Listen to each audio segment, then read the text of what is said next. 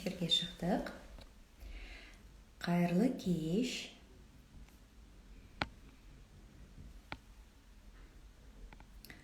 Бүгінгі эфир өте Гүлнар, қайырлы кеш, қош келдіңіздер. Бүгінгі эфир өте өзекті, өте мықты, өте күрделі, бірақ өзекті, мықты. Сіздердің белсенді қатысатындарыңызға сенемін. Қош келдіңіздер. Бүгінгі вебинарымыздың, тікелей эфиріміздің тақырыбы өзіне және балаларына зиян келтіретін ата-аналардың 7 типі. Әрине, сұрақтан бастаймыз, кім өзінің қандай ата-ана типіне санайтын, жатқызатын, кім өзінің қандай ата-ана ретінде қабылдап, сезінеді, Қош келдіңіздер, қалдарыңыз қалай? Қазір кішкене регистрация жасаған адамдар бәрі қосылғанша кішкене күте тұрайық. Қайырлы кеш, қош келдіңіздер. Өздеріңіздің есімдеріңізді, сіздер қанша балаларыңыз бар, бала тәрбиесіне қаншалықты көңіл бөлесіздер, қаншалықты бүгінгі тақырып өзекті сіздерге. Соны жаза кетсеңіздер. Сіздер адамдар қосылып атқанша, сіздер жаңағы осы сұрақтарға жауап жазғанша мен өзімді таныстыра кетейін. Мен Рауана, кәсіби психолог, коуч-тренермін, Астарлы Ақиқат бағдарламасының сарапшысымын.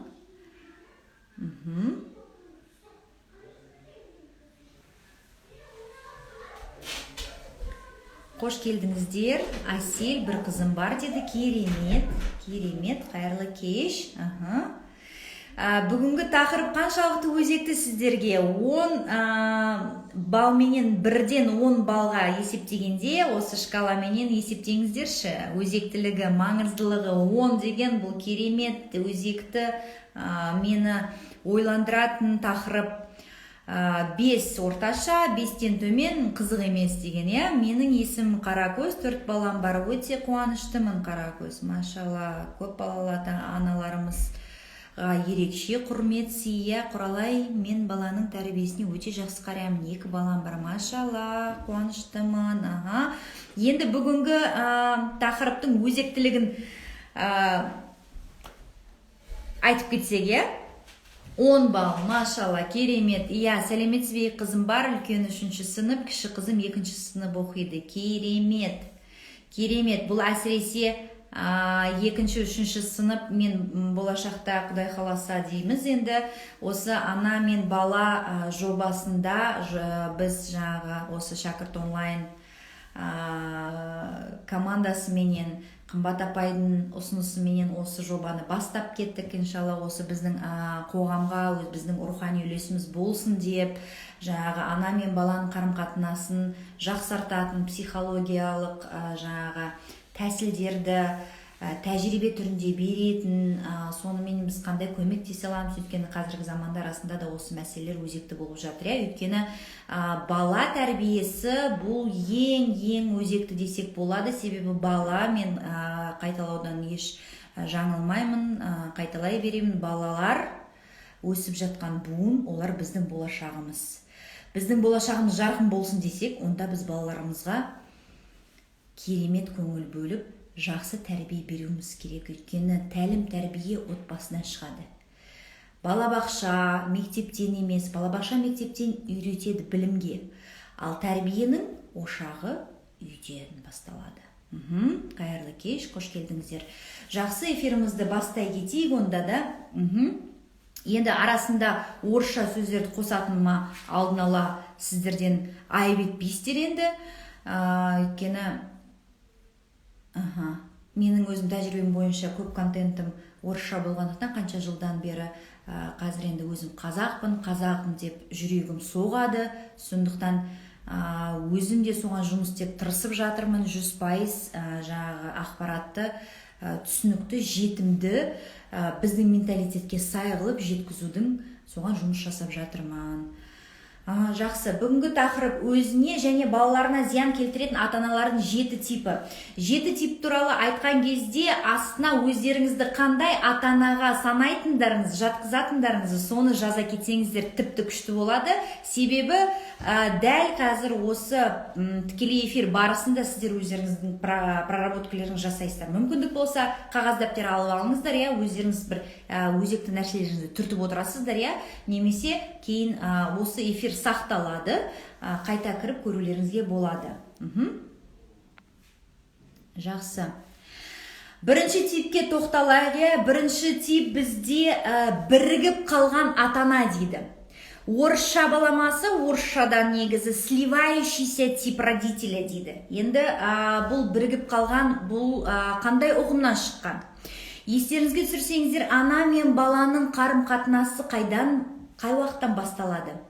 Бала ананың жатырында пайда болғаннан басталады, Ана мен бала бір бүтін болып есептеледі, Алғаш қозғалыс қимылдар болған кезде ғана ана сезіне бастайды, бұл өзінен бір бөлек дүние екен, Сондықтан бұл табиғи, қалыпты жағдай, алайда өскен өмірімізде, балаларға мысалға өскен өмірінде бұл өте көптеген кедергілер тигізеді, дұрыс па? Орысша разрезать пуповину дейді, кіндігі кесілмей қалған дейді, Өйткені ана мен баланың қарым-қатынасы, телефон номеріңізді алсақ бола ма?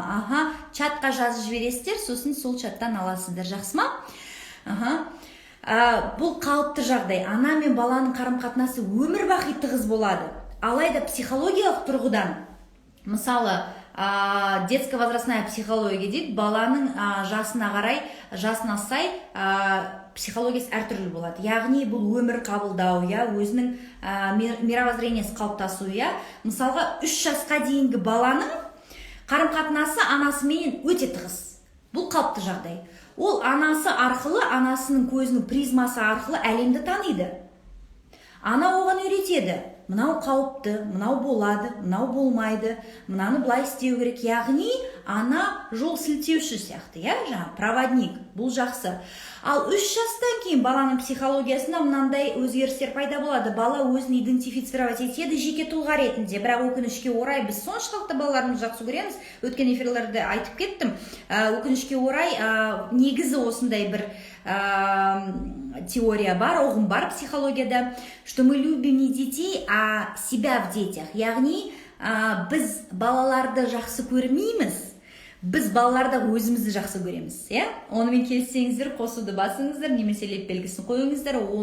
Мен бұнымен 100% келіспесем де, енді 70-80% келісемін. Себебі біз ата-анамыздан ала алмаған нәрселерімізді балаларымызға бергіміз келеді, Рас қой.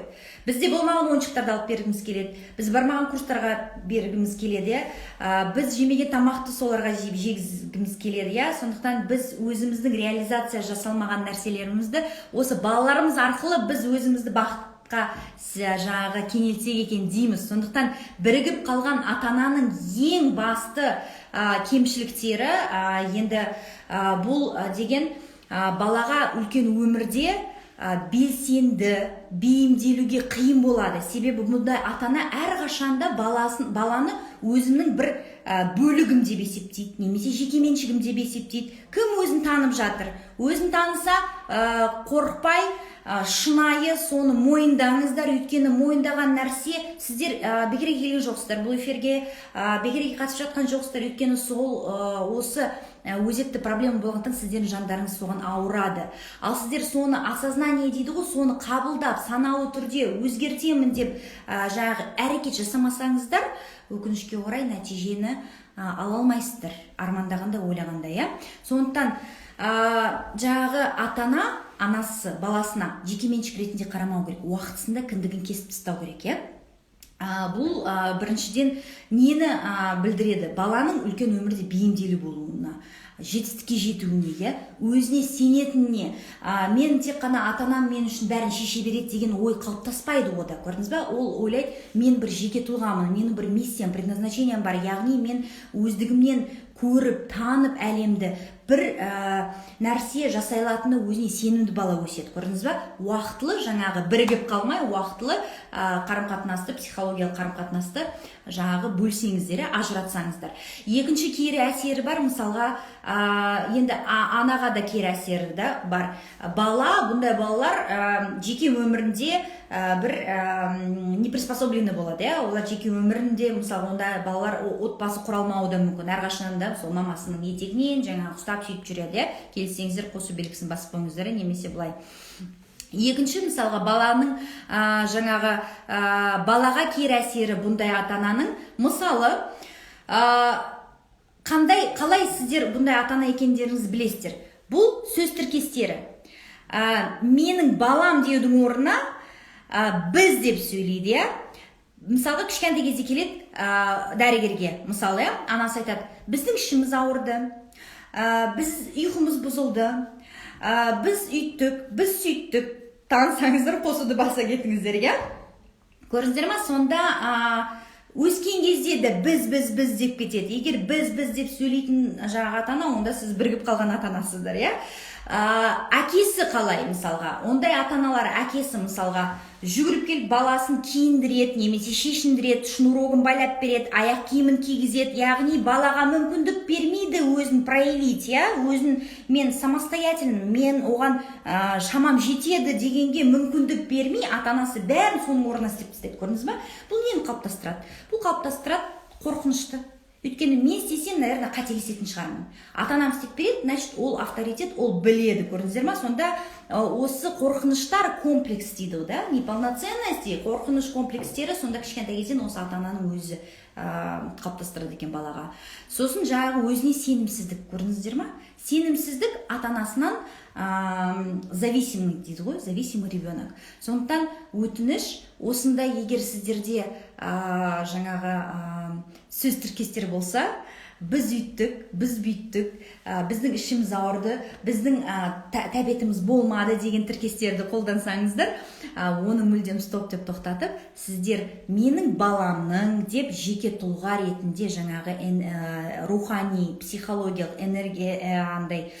энергетикалық жағынан сіздер солай сөйлеп үйренулеріңіз керек. Сол үшін мен сіздерге ата-аналарға арналған сұрақтар мен ұсыныстар дайындап қойдым. Арнайы әрбір осы ата-ананың типіне сай. Сіз мен немесе ол орнына біз дейсіз ба?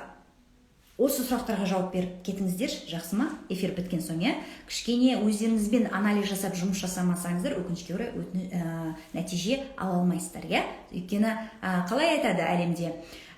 Білім бұл күш, күш қуат.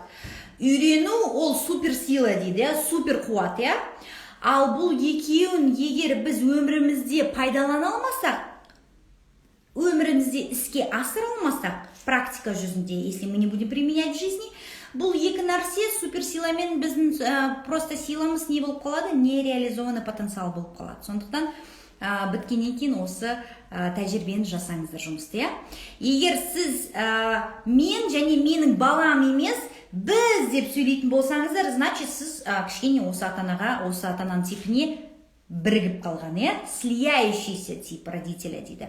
Егер солай болса, қандай жағдайда сіз баламен біріктіріліп не айтқыңыз келді деп ойлайсыз? Өйткені бұның түбінде не жатыр? Бұның түбінде сізбенен сіздің ата-анаңыздың қарым-қатынасы жатыр.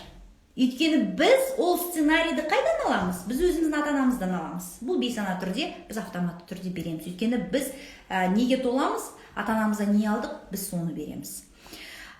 Біз есімдігін қалдырып, мен немесе ол есімдіктерін қалдыру арқылы айтқан сөз тіркестерін қайта құруға тырысыңыз. Сен не сезінесің? Айтылғанның мәні өзгереді ма? Яғни балаға біздің қарнымыз ашты деудің орнына сенің қарның ашты ма? Яғни баланың өз ойын сұрауды әдетке айналдырыңыздар. Жақсы ма? Курс бүгін тіркелсек 900 теңгеме. Бұл курс жөнінде мен бүгін ақпарат ешқандай бере алмаймын. Оны жаңағы чатта менеджерлерге қойсаңыздар болады. Жақсы ма? Енді түсінікті болса, екінші типке көштік. Екінші тип бұйрықпен ғана сөйлейтін ата-ана. Енді психология тілінде бұл интроицирующий деп аталады, яғни бұйрықпен сөйлейтін, бұл авторитарлық тәртіпті ұстанатын ата-ана. Біздің қарапайым тілімізде бір қондырғылармен, қағидалармен сөйлейтін ата-ана да. Менің апам айтқан, аяғыңды айқастырма. Менің мамам айтқан, жылы киініп жүр, бас киім киініп жүр, тағы да сол сияқты нәрселерді бұйрық түрінде айтатын ата-аналар түрі болса, қосы белгісін басып қойыңыздар. Яғни бұл деген не? Бұл деген мен бәрін білемін, менен артық білетін адам жоқ. Яғни сен де солай ойлауың керексің, сен де солай істеуің керексің, сен де солай әрекет жасау керексің деп өзінің жаңағы ой өрісін, өзіндегі нәрсесін балаға не істейді? Қалыптастырады.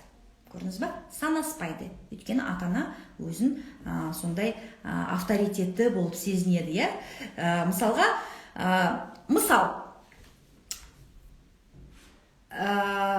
бала неге жыламау керек? Бізді қалаймыз. Ол бала жыламау керек, иә? Түскі асқа әрқашан біріншіге сорпа болу керек. Нан менен тамақ жеу керек. Бұл баяғы біздің апаларымыздан келген қондырғылар, установки, ашаршылық кезінен келген. Қазір ол актуальды емес. Біз баладан даже сұраған жоқпыз. Ол ұнатады ма, ұнатпайды ма, дұрыс па? Сосын тағы, мысалға, ол бала жыламау керек. Көбінесе жаңағы бұндай ата-аналар запретпен сөйлейді. Болмайды олай істеуге, мысалға, мен мысалдар қарап жатырмын да. Әйел әлсіз болу керек. Жаңағы, егер сіз оқымасаңыз, сіздің айналаңыз сізді қабылдамайды. Сен міндетті түрде 6 медальға мектеп бітіруің керексің. Сен мына оқығаның жеткіліксіз, сен бір жаңағы қала арасында емес, басқа бір конкурстардан жаңағы сәлеметсіздер ме? Бір жүлделі орын алуың керексің, иә? Сен міндетті түрде жоғарғы оқу орнына түсуің керексің, иә? Сонда қондырғылар бар ғой бізде. Өздеріңіз еске түсіріңіздерші. Сен егер жоғары білім бітірдің деген дипломды алмасаң, сен өмірде ешқандай жетістікке жете алмайсың, иә? Сондай нәрселер айту арқылы біз де балаларымызға теріс, кері әсер беретін установкаларды қондырамыз. Сондықтан бұйрықпен авторитарлы, интроицирующий, өзіңіздің өміріңіздегі сол негативті тәжірибені көрсетіп, немесе жаңа айтып отырмын ғой, нан же, тамақты нанмен же, қарның тоқ болады, сорпады іш, немесе бала жыламау керек, қыз әлсіз болу керек, ойындағысын айта бермеу керек, жасыру керек, жаңа қондырғылар, әлемде өмір сүру қауіпті, сол сияқты нәрселер, сосын ақшаға, мысалға, денсаулыққа, ақшаға байланысты, ақша қолдың кірі деген, өте көп сондай нәрселер, дұрыс па? Сондықтан сондай мысалдар арқылы өзіңізді танысаңыз, әрі қарай тәжірибе түрінде керекті сұрақтар мен ұсыныстарды мен беремін. Жазып алыңыздар. Ата-анаңыз сізге қандай хабарлама жіберген кезінде? Естеріңізге түсіріңіздер. Яғни ата-аналар сіздерге қондырған установкаларды тізімін жазасыздар. Олар сіздің өміріңізге қалай әсер етті? Сіз мысалға диплом, бір емес бірнеше дипломыңыз бар. Ал соның нәтижесі бар ма екен? Сол дипломдар шаң болып тұр көбісінің сөресінде, Ол бірнеше оқу, білім алып, диплом алып, ол керемет жетістікке жетіп бай болудың эквиваленті емес екен, көрдіңіздер ма? Шынайы, реальный өмірде бәрі басқаша.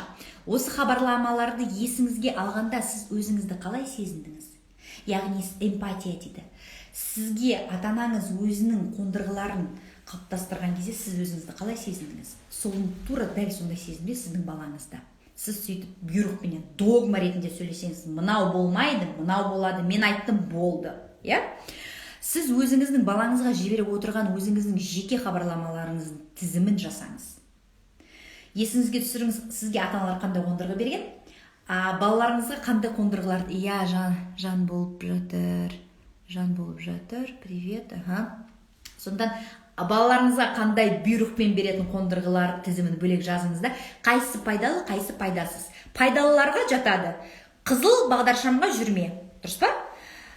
Рұқсатсыз заттарды алма, дұрыс, біреудің жаңағы киімін киме, біреудің рұқсатынсыз сөзін бөлме. Бұл нәрселер в рамках моральных принципов и этики культуры общения. Бұл бұйрықта үйрететін нәрселер. Керемет, бірақ бұларды айтып емес, мысалға жол ережелерін айтып көрсетіп, сіз өзіңізбен, мысалы көп ата-аналар светоформен емес, пешеходпен емес, былай жүріп кетеді, соның салдарынан не болып жатады?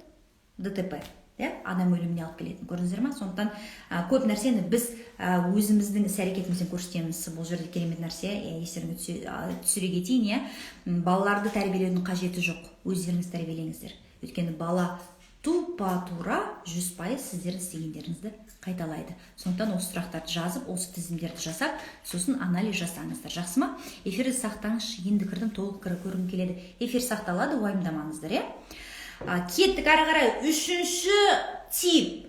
Өзіне және баласына кедергі болатын үшінші ата-ананың типі проекциялайды немесе өзімен байланыстыратын ата-ана. Үшінші тип бұл проецирующий дейді орысша психологияда да. Екінші типтегі ата-анадан қандай бала қалыптасады? Екінші типтегі ата-анадан қалыптасады өзінің мнениесі жоқ бала қалыптасады. Ол тек қана ата-анасының жаңағы догмасыменен былай болады, былай болмайды, соныменен өсетін бала болады, көрдіңіз бе? Басқа ода возможность жоқ.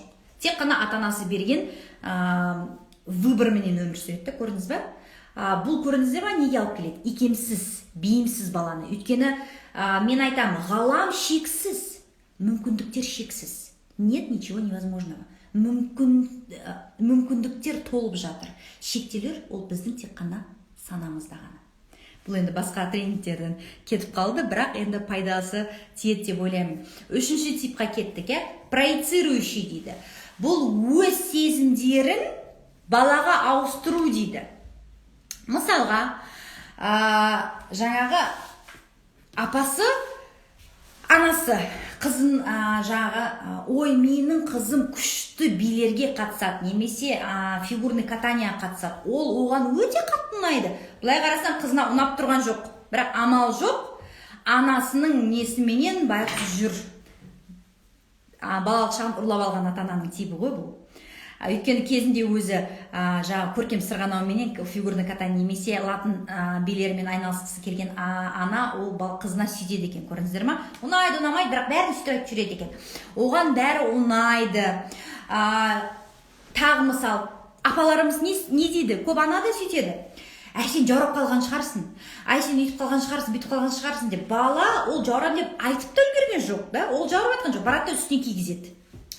Сен жаңағы не істедің, жаңағы ананы істедің ба, істемедің бе деп барып өзіне істей салады. Бала да оны сұраған да жоқ. Бұдан не шығады, проецирующий? Қайтадан бала өзінің сценарийін емес, анасының, әкесінің жазып берген сценарийін қайталап өмір сүреді. Яғни өзінің жеке тұлға сияқты стирается личность, идентичность, как отдельные личности дейді. Осындай болмау үшін сіздер не істеулеріңіз керек? Арнайы сұрақтар мен ұсыныстар. Ата-анаңыздың сізге айтқан проективті сөздерді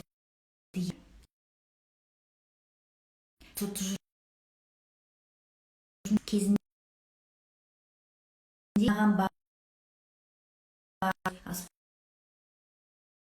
спорттан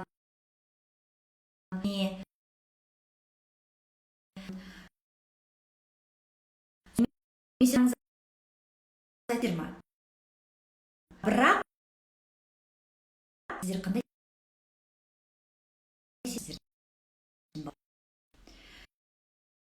бірнеше тұжырымдаңыз. Олар сізді қалай көрсетеді, олар сіздің балаларыңызға қалай әсер етуі мүмкін? Олардың потенциалын жабады ма, немесе керісінше ашады ма? Соны сіздер саралап отырыңыздар, Сіздер баланың орнына активный болып бұл нәрсе не кері әсер береді балаға? Активность подавляет, да? Который будет проявлять свое мнение, да? Өз ойын еркін айта алатын, сосын жаңағы идеялармен бөлісетін баланың несін потенциалын жауып тастайсыздар. Көрдіңіздер ма? Нашарлап кетті, естілмей кетті дейді. Эфир неде сақталады? Кішкене интернет кішкене. Ага, қазір. Эфирден көру керек еді қазір. Тыңдау қиынға соғып жатыр. Сәлеметсіз бе дейді. Ага. Ага, мынау екінші неден қазір кірді. Жақсы естіліп тұр. Қайтадан бастайсыз ба үшке келгенде? Басынан бастамаймын. Үшінші тип бұл вебинар жазылады. Сонда жазба түрде қайталап көресіздер. Нақты не істемеу керек? Үшінші проецирующий. Балаңызға өзіңіз қалай сезінесіз, сол сезімді балаңызға қалыптастырмаңыз. Яғни балаңыздан сұраңыз. Сен жаурадың ба? Саған жембір алып кеп берейін ба? Немесе сен мына спорт түріне қатысқың келеді ма? Не потому что сіз кезінде қатыса алмадыңыз, ата-анаңызда ақша болмады. Немесе сіз ұнатқан нәрсеге апармады сізді, да? Сіз балаңызды соны заставить етіп, өзіңіздің қалаған нәрсеге апарып жатырсыз. Сондықтан сұраңыздар әрқашанда балаларыңыз, осы тізімдерді жасаңыздар. Кезінде сіздерге қалай ата-ана жаңағы влияние жасаған, енді сіздерді тура солай өздеріңіздің балаларыңызға жасап жатырсыздар, иә? Соны өтініш ұмытпаңыздар, иә? Енді төртінші типке көшейік. Төртінші тип ретрофлексиялық ата-ана дейді, немесе бұл енді өз-өзіне сенімді, самодостаточный, где-то екі типі бар. Ретрофлексия деген өзін-өзіне сенімді, самодостаточный родитель, иә? Бұл жерде екі проявлениясы бар дейді. Біріншісі, бұл енді сырт көзге қарағанда керемет ата-ана. Баласының ісіне араласпайды. Менің балам жеке өзі сабақ оқи алады. Менің балам бәрін өзі істей алады. Бұл неге алып келеді? Бұл жаңағы безразличие алып келеді. Сіз егер баланың ісіне определенный уақыттарда араласып, сабағым қиын болды ма, менен бір көмек керек па, деп жаңағы керек сұрақтарды қойып, онымен қарым-қатынасты, диалогты орнатпасаңыз, сырт көзге ойлайды: ой, какая прекрасная мама, да, которая не вмешивается там в дела ребенка и так далее, деп ойлауы мүмкін. Балада білесіз ба қандай ой қалыптасады, қандай қағида? Менің сабағым, менің өмірім, жеке өмірім оған қажет емес, қызық емес. Безразличие дейді ғой. Сондықтан бала солай ойлап қалуы мүмкін.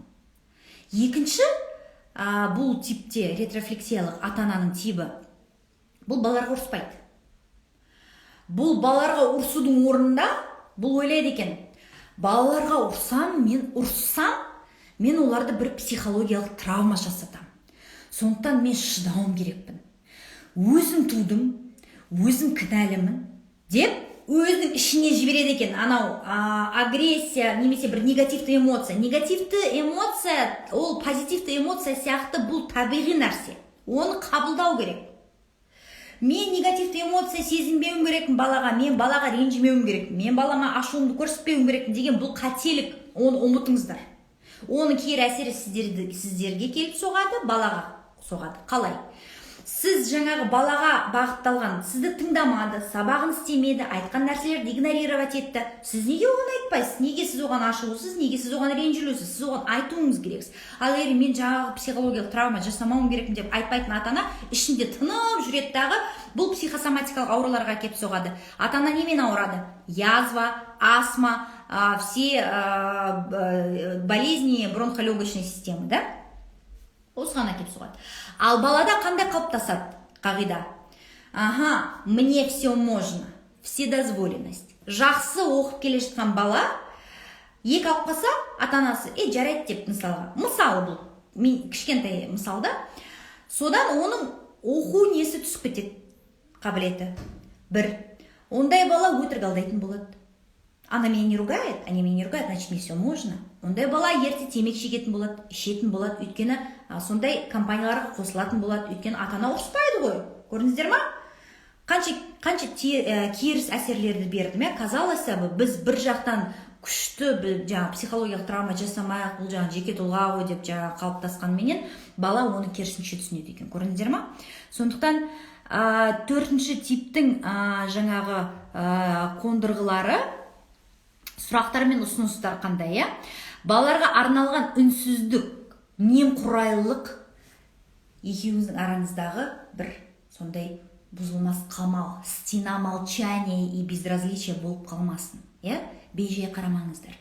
Балаларыңызбен оның ішіндегі жағымсыз, ызалы сезімдеріңізді сөйлесуді ұмытпаңыздар, эмоцияларыңызды айтыңыздар. Неге сіз қазір ашулысыз? Неге сіз онымен сөйлесуге қазір дайын емессіз? Себебі ол осылай айтты, істеді.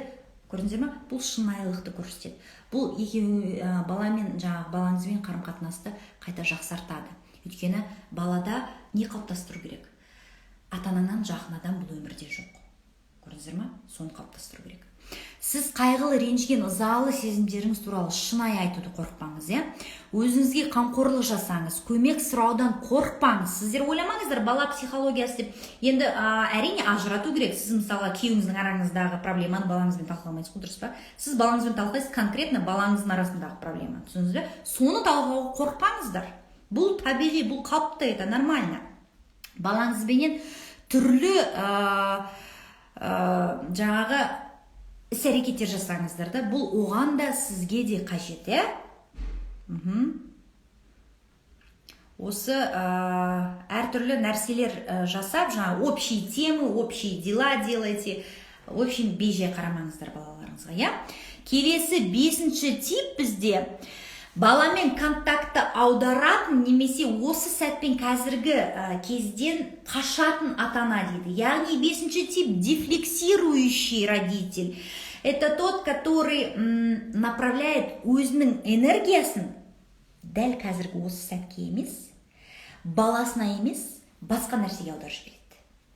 Мысал, сізге балаңыз жүгіріп келіп, мынаны ойнайықшы, мына конструкторды жинайықшы, немесе мама, мынау есеппенен көмектесіп жіберші, маған мысал табуға көмектесіп жіберші деп спонтанный бір нәрселерді келіп сізді диалогқа, қарым-қатынасқа тартатын болса, бұндай ата-ана не істейді? Который аударатын, перекладывать ететін ата-ана не істейді? Ол қазір дейді дағы, барады ондай ата-ана. Сайттардан іздейді. Қандай кітаптарды оқып, бала психологиясына сай ойындар ойнауға болады. Қандай қызықты курстарға жаздыруға болады баланы. Сөйтеді дағы ата-ана қазір баланың талабына сай бермейді өзінің уақытын, энергиясын. Ол энергиясын неге береді? Это постоянно обучающийся мать, да? Ол өмір бақи ізденісте оқуда жүретін бала. Түрлі курстарға, тренингтерге қатысады, бірақ соны не істейді? Шынайы өмірде қолданбайды баласына, Ол іздеп жүреді қызықты сайттарды, қызықты ақпараттарды, қалай мен балама көмектессем болады, қалай мен оған бір керемет. Бұл нені білдіреді? Ата-ана баласын жағдайын ойлайды. Бірақ бала талап еткен кезде емес. Көрдіңіздер ме? Өзі дайын болған кезде ғана. Ал өзі дайын болады қай кезде? 10 шақты курстарды өткен кезде, баланың психологиясына сай білімді, біліктілігімді арттырған кезде, көрдіңіздер ме? Сондықтан бұндай ата-ана 5-ші тип. Бұл спонтанный ойынменен, спонтанный контакттен қашатын ата-ана. Оған бір керемет бір байыптылықпен, дайындықпен келетін ата-ана түрі. Көрдіңіздер ме? Ол энергиясын баланы талап еткен кезде бере алмайтын ата-ана. Бұның кері әсері не болады?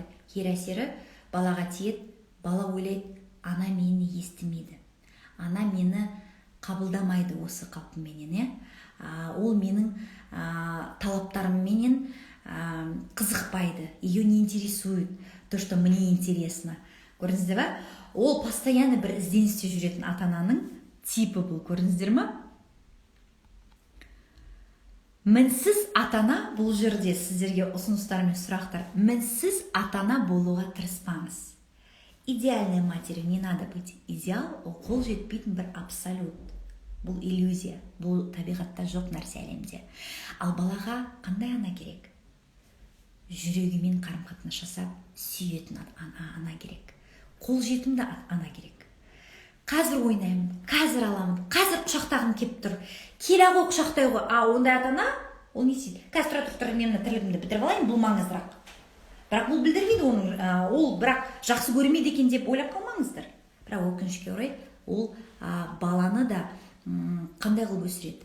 Өзіне салқын қанды қылып өсіреді.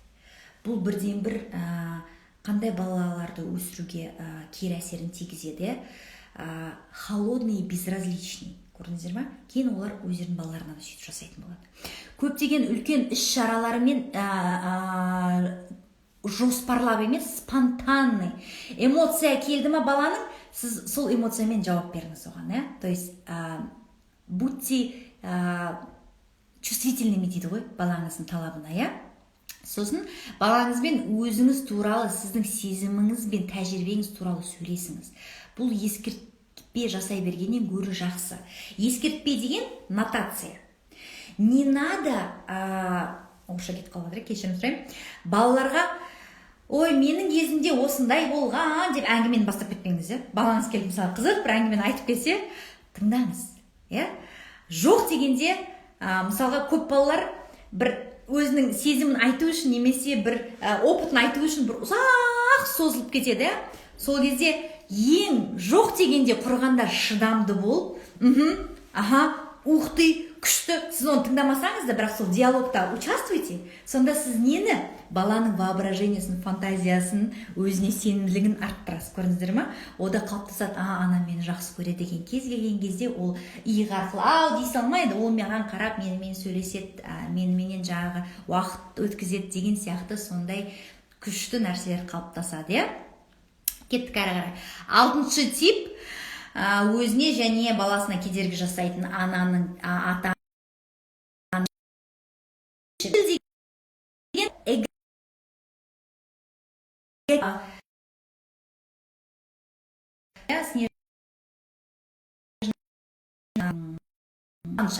мұзхан шайым сияқты өзін қатты ұстайтын ата-аналар, артық сезімдерін көрсетпейді. Олардың өзіне қоятын талабы жоғары, және басқаларға да қоятын талабы жоғары. Ондай ата-аналар қалай танимыз біз? Мен, наверное, менің балам тәрбиесіменен білікті нянькалар жаңағы айналысу керек. Педагогтар, қымбат садикке бару керек, қымбат мектепке бару керек. Естілмей жатыр ма? Даусын шығаршы, естілмей жатыр дейді. Естіліп жатыр. Мүмкін сізде байланыс дұрыс болмай жатқан шығар, өйткені бізде менеджерлер басқа неден қарап жатыр, бәрі естілмейді дейді, естілмейді. Шығып жатыр ма дауыс? Менде шығып жатыр. Шығып жатыр? Қазір енді қалай? Кішкене қатып жатыр, себебі сет не қылмай жатқан, кішкене қатып жатыр, бірақ қатып қалды ма? Мен мияқта тұрмын, естілмей жатыр дейді. Кішкене шыдаңыздар.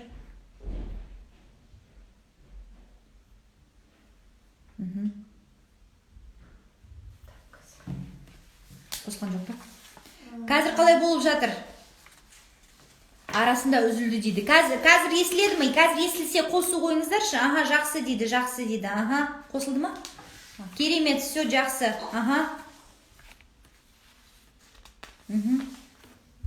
Қатып жатыр дейді, норм дейді. Все жақсы. Эфир сақталады, сондықтан бәрі жақсы болады деп ойлаймын. Қайталап әрине көріңіздер, өте пайдалы. Кеттік ары қарай. Эгоцирующий, өзімшіл ата-ана. Ол жаңа өзінше ойлайды екен, мен идеалды боламын, менің балам да идеалды болу керек. Идеалды ата-ана тең идеалды бала. Идеалды баланы кім идеалды қылып шығарады? Білікті мамандар. Көрдіңіздер ма? Сонда ол ата-ана өзіменен баланың арасына, қарым-қатынасының арасына адамдарды қояды. Маңызды бір нәрселерді қояды.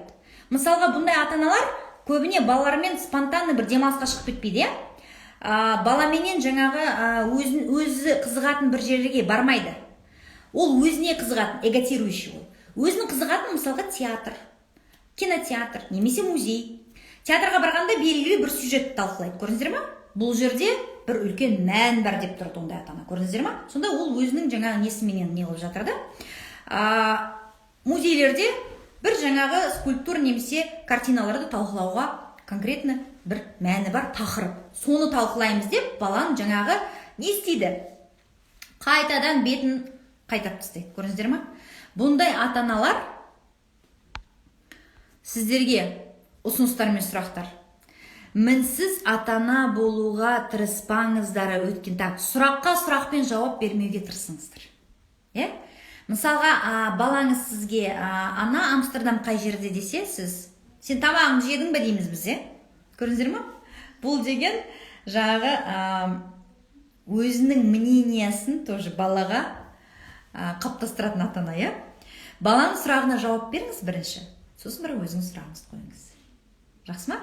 Балаңызды көбірек тыңдауға тырысыңыз. Өйткені эготирующий тип родителей, олар көбіне өзінің жаңағы ой өрісінде жүреді, ойлайды, баласы да соны қабылдайды деп ойлайды. Бірақ баласы мысалға, егер анасы интроверт болса, баласы мүмкін экстраверт шығар. Бұл басқа тип характері, бұл мүлдем оның көзқарасы, әлемді қабылдауы мүлдем басқа. Сосын дағы басқа түрлі сезімдерге байланысты әлемді адамдар қалай қабылдайды. Біреулер көзбенен қабылдайды, визуалдар дейді, біреулер аудиалдар құлақпенен қабылдайды. Сондай жаңағы енді нәрселермен не қылу керек дейді, нужно учитывать дейді ғой. Балаңызды көбірек тыңдаңыз. Егер сізге ұзақ диалог жүргізу қиын болса, мен айтып кеткендей, уху, қызық екен, күшті екен, бұл диалогтың несі болады? Бұл диалогтың қатынасқа алғашқы қадамы болады, Яғни, тек қана өзіңізге ұнаған нәрсе туралы сөйлеспей балаға, сізге баланың айтып жатқан қызық болмаса да, өтірік болса да, деп, дослушайте ребенка. Оған мүмкіндік беріңіз. Өйткені бала 1 келет, 2 келет, 3 келет кері әсері не болады? Эготирующий ата-анада бала басқа қоғамды, басқа ортаны іздейтін болады. Там, где его слышит. Басқа ортада оған көңіл бөледі, оны тыңдайды, оған не ұнайды, соған көңіл бөледі. Көрдіңіздер ма? Сондықтан сондай ата-ана болмаңыздар, Ал енді соңғы 7-ші тип, бұл ең мықты тип. Бұл жерде мен ойлаймын, сіздер өздеріңізде көресіздер. Бұл да қорқынышты емес. Бұл қалыпты жағдай. Өйткені ұмытпаймыз, біз де қайдан шыққанбыз? Біз де өзіміздің отбасымыздан шыққанбыз. Өзіміздің отбасымызда біз қандай тәрбие алдық ата-анамыздан, тура соны біз өзіміз баламызға жасаймыз. Сондықтан біз де в какой-то мере покалеченные дети, так скажем, переделанные. 7-ші тип өзіне және баласына кедергі беретін ата-ананың типі құнсыздандыратын ата-ана. Обесценивающий родитель, Бұл жерде 2 проекциясы бар. Өзін құнсыздандыратын, яғни өзінің бағасын төмендететін. Екінші типі баланың бағасын төмендететін, яғни баланың құнсыздандыратын. Бұл жерде қалай? Мысалға, бірінші проекцияда ана, әке, мен жаман анамын, мен жаман әкемін, мен дұрыс тәрбие бере алмаймын. Мен ұқыпты қарай алмаймын, хотя сырттан қарасам, мысалы, тап-таза бала шағасы, оқып жатыр, көмектесіп жатыр, бірақ өзінің бір қондырғылары мен өзінің комплекстерінің арқасында ол өзінің сондай бір міні бар, өзіне бір тыныштық бермейтін ата-ана бол. Балаға жаңағы қарым-қатынас жасайды. Ол жаңа көрдіңіздер ме, өзіне қандай кедергі? У ребенка все хорошо. Тамағы тоқ, киімі жылы, сабағын оқып жатыр жақсы, сіз жақсы қарым-қатынас жасап жатырсыз, жақсы тәрбие беріп жатырсыз, бірақ өзіңіздің комплексіңізбенен сіз ойлайсыз, сіз оған жеткілікті нәрсе беріп жатқан жоқ. Сөйтесіз дағы беспокойный ана боласыз. Я плохая мать, мен жаман әкемін, мен үйтем, мен бүйтем, бір шауып жүгіре бересіздер. Көрдіңіздер ма? Оның арқасында сіз не істейсіз? Депрессияға шалдығасыз, стресске шалдығасыз, депрессияға шалдығасыз, денсаулығыңыз құриды. Соныменен я үйде жоқсыз, я түзде жоқсыз, я өзіңізге жоқсыз, кері келеді. Екінші проекциясы бұл жаңағы құнсыздандыратын ата-ананың баланың жетістіктерін құнсыздандыратын. Яғни біріншіде мысалға сіз өзіңіздің жетістіктеріңізді, өзіңіздің балаға деген қарым-қатынас махаббатыңызды құнсыздандырсаңыз, екіншіде сіз балаңызды құнсыздандырасыз. Яғни баланың жетістіктеріне мән бермейсіз. Немесе мысал, бала жақсы тез оқып жатыр, әдебиетте, қазақ тілі, немесе сіз бәрі оқып жатыр, бұл жеткіліксіз. Сен минутына мынанша сөз оқуың керексің деп, оған тағы да мін тағасыз, оны неге жетелейсіз жаңағы? Сен әрқашанда менің, как ребенок вырастает, который всегда ждет одобрения, бұндай ата-ана өмір баланың жетістігін құнсыздандырады. Ол ойлайды, сен мысалға шахматтан ұтып алдың ба, ол мектепаралық жарыста, ол не, ол любой бала ұтып ала алады, сен қалааралық немесе республикааралық жарыста ұтып алуың керексің. Яғни оның қазіргі жетістігіменен, осы барыменен қабылдап, оны мақтап, жаңа өзіменен қалай мақтан тұтатын айтпайды. Бұндай ата-аналар өте жылы, жағымды сөзге сараң келеді, иә? Они лишний раз не хвалят. Наоборот, олар постоянно айтады, сен бұдан да мықты болуың керексің, сен бұдан да жақсы оқуың керексің, сен ек алмауың керексің, сен жақсысың, бірақ бұдан да мықты болуың керексің. Постоянно, бұдан қандай бала өседі? Әрқашанда қоршаған айналасындағы адамдардан немесе сізден одобрениені күтетін, иә? Сен жақсысың деп айтуды күтетін. Зависимо от чужого мнения бала өседі. Ол әрқашанда ойлайды, мен әркімге жағынуым керекпін. Я всегда всем должен. Көрдіңіздер ме? Сондай бір жертва сезімде өседі ондай бала, иә? Бұл жерде тағы екі кері әсері бар бала менен ата-анаға. Екі типті бала өседі. Біріншісі, полностью ата-анасына тәуелді бала өседі. Етегіне байланып, ақыр аяғында ол өз отбасын да сақтай алмайды, құра алмайды. То есть человек, который не сможет создать свою семью, потому что он постоянно живет или с мамой, или с папой. Екінші бала қандай болып өседі? Егер оған, если ему повезет, ол қашып кетеді дағы ата-ананың мынандай давлениесінен да, сөйтеді дағы қандай бала, который алшақтап кететін. Бұл жаңағы өскен кезде ата-аналарды тастап кететін балаларға айналады. Өйткені қашанғы бала ата-анасына ұнау үшін он из кожи вон лезет. Көрдіңіздер ме? Онда ата-аналар қинайды баласын, қатты. Құнсыздандырған соншалықты бала өзін бір никчемді болып есептейді екен, сөйтіп құтылып қашқан бала алшақтап кетуге тырысады екен. Сондықтан бұл да бір жаңағы не кезінде дейді, қартайған шақта ата-анасын тастап кететін балалардың бір типі осындай ата-аналардың тәрбиесінен шығады. Сондықтан бұл осы 7-ші типте қандай ұсыныстар мен сұрақтар қолдану керек? Өздеріңізді құнсыздандыратын жағдайларда сіз балаға не істеп жүрсіз? Алайда істемей-ақ қояйын ба? Яғни не обязательно істейтін нәрселерді істемей-ақ қойыңыз. Сіз күнделікті істеп жатқан нәрсеңізді мен жақсы ата-анамын, мен жақсы қарап жатырмын деген установкаларменен сіз өзіңізге сенімді болуыңыз керексіз. Сіз идеалды ата-ана болмасаңыз да, ол бала сізді таңдап сіздің өміріңізге келді. Сондықтан сіз соны бағалауыңыз керексіз. Сіздің ең басты мақсатыңыз, сіз осы баланың анасысыз. Егер сіз өзіңізді сыйлап, өзіңізді жақсы көрмесеңіз, сізді ешкім сыйламайды. Бала да місе тұтпайды. Осы тізімдегі барлық заттарды басқа ата-аналар жасаған ба? Салыстырып көріңіздер, иә? Басқа бір танитын ата-аналарменен. Мен осылай қараймын, мен осындай тамақ жасаймын, ол да осындай қарым-қатынас жасайды ма, жасамайды ма? Сонда кішкене объективті көресіз, өйткені көп нәрсе относительно дейді. Сіз мұны неге істеп жатырсыз, немесе неге істемей жатырсыз? Балаға ең қажет нәрсе не? Махаббат. Плохой мамы не бывает. Жаман ана жоқ, идеалды ана жоқ. Анаға баланы жақсы көретін ана ғана бар. Сондықтан махаббаттарыңызды аямаңыздар. Ал баланың қадірін кетіретін ата-аналарға арналған сұрақтар мен ұсыныстар, сіздің балаңыз не істей алады? Барлық балалар осындай ма? Тізім жасаңызшы. Сіз мысалға сен бұдан да күшті бола аласың деп оған мін таға бермей, немесе идеалға оны тарта бермей, просто неге қабілеті бар? Не істей алады? Просто сол тізімді жасаңыз да, сөйтіп құрбыңыздың баласынан сұраңызшы, осындай нәрселерді біледі ме, осындай нәрселерді істей алады ма баласы? Салыстырмалы түрде көресіз, сіздің балаңыз керемет, бірақ сіз соны жетістігін марапаттап, байқап, соны көтермелеп, жаңағы үйрену керек сізге, иә. Болашақты белгілеп қана қоймай, қол жеткізгенді бағалап, қазіргі қол жеткізген жетістіктерді бағалап, оны қанаттандырыңыз болашақ жетістіктерге жету үшін. Бұл баланың бастамшыл болуына көмектеседі, инициативны болуына көмектеседі, иә. Записта комментарийлер болмайды, иә. Записта жақсы көрінеді деп ойлаймын.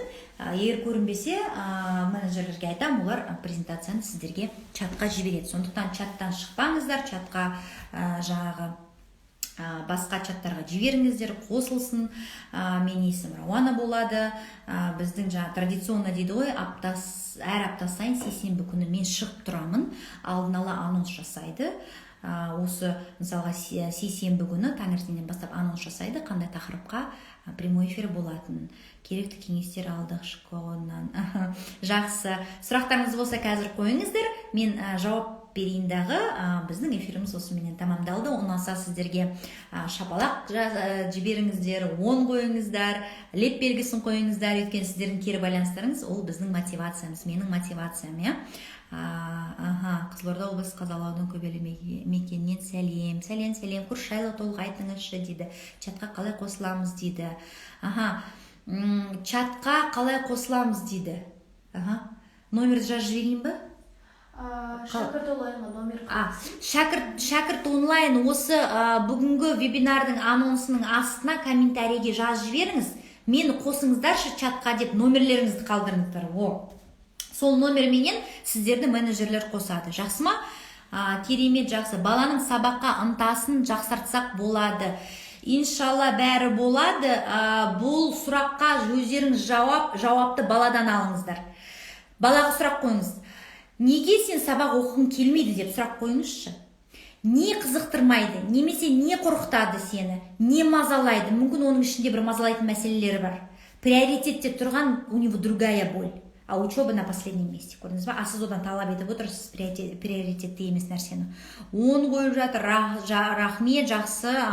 Тағы сұрақтарыңыз болса, 1-2 минут жауап берейін. Керемет апай өте қатты ұнады. Алла разы болсын сіздерге. Рахмет. Қыздарым биге қатысқым келеді, бірақ мен екеуін бірдей бере алмай, бірақ ол түсінбейді. Қалай түсіндірсем болады? Айтасыз ба дейді. Қыздарыңыздың жастары қаншада, қандай би?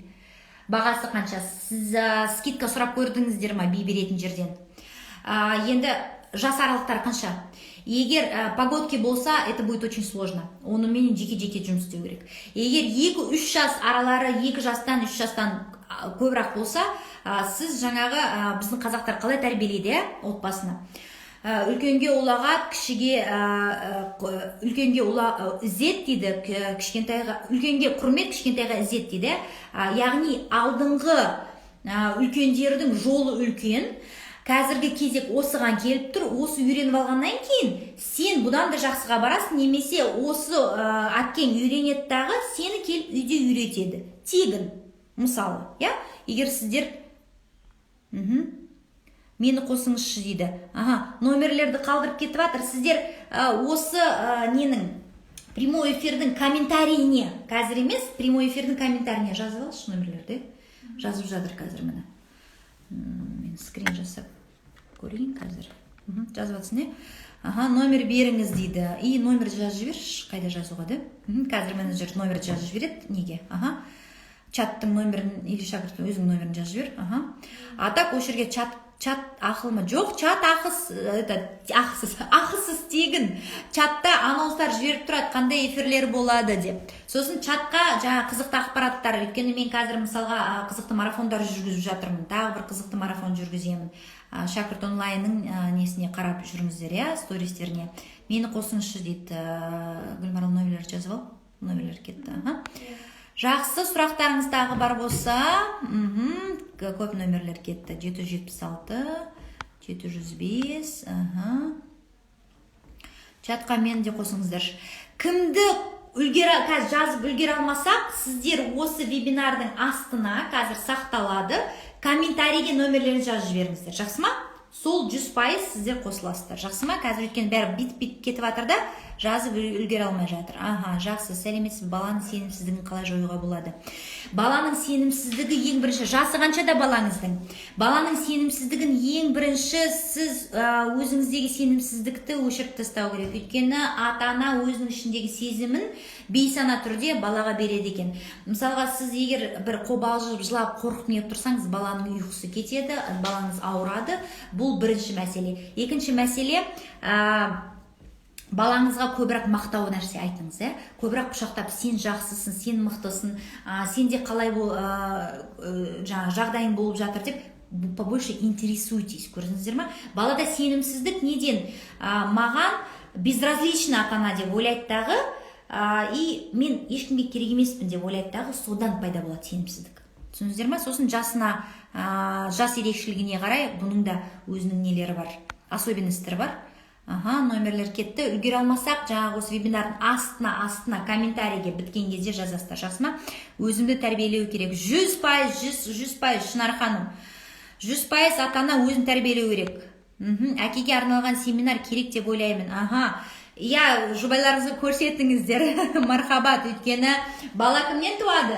Ана мен атадан туады, бір анадан ғана тумайды.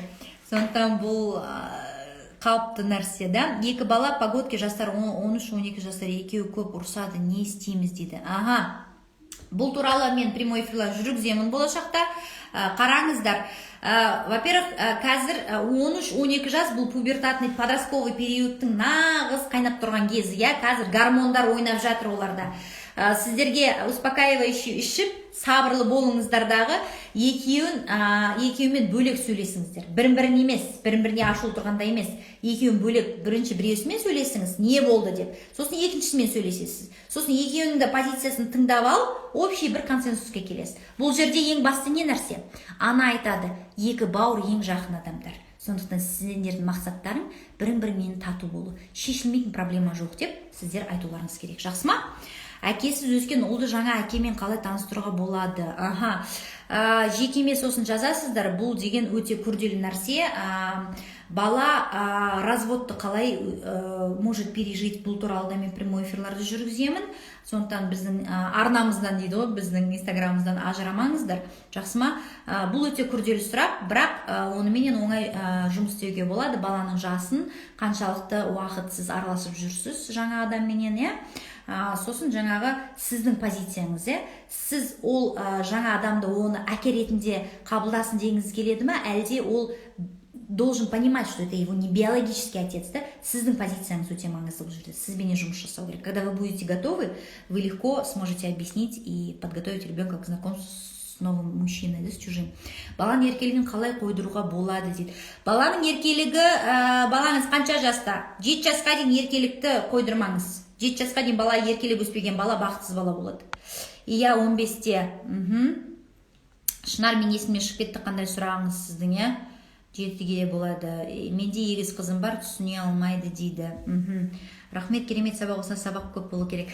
Жақсы, рахмет көңілдеріңізге, ниеттеріңізге, көріскенше күн жақсы, сау болыңыздар. Менің балам 1-ші сыныпқа барады, енді сабаққа бармайды деп жылап жатыр. Не істеуге болады? Мен істеп жүрген мектепке менің балам 1-ші сыныпқа барады, енді сабаққа бармайым деп жылап жатыр. Не істеуге болады? Мен істеп жүрген мектепке баратын еді.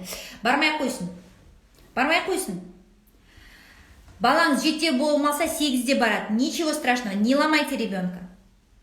Мен сондай гуманный психологпын, гуманный жаныңызбенен. Сіз неге балаңыздың против желания ребенка, вы почему его до истерики доводите? Тем более онлайн-мен он жоғалтатын, алатын еш нәрсесі жоқ, келесі жылы барады. Психологически ваш ребенок не готов. Ол психологиялық тұрғыда жауапкершілік алып, мектепке барып, жаңа ол дайын емес әлі. Ол әлі бала. 1 жыл беріңіз тағы. 1 жыл жұмыс жасайсыз. Баланы ұрмаймын деп қанша айтамын, бірақ ұрып қоя беремін. Ұру бұл деген енді самое последнее нәрсе. Мен ойлаймын, сізді де кезінде ұрған бала жақсы өседі деген ұстаныммен өскенсіз. Сізбенен жұмыс жасау керек. Это ваша психология искажена, поэтому вы проецируете свою агрессию на ребенка. Все, жақсы, рахмет. Сау болыңыздар, көріскенше.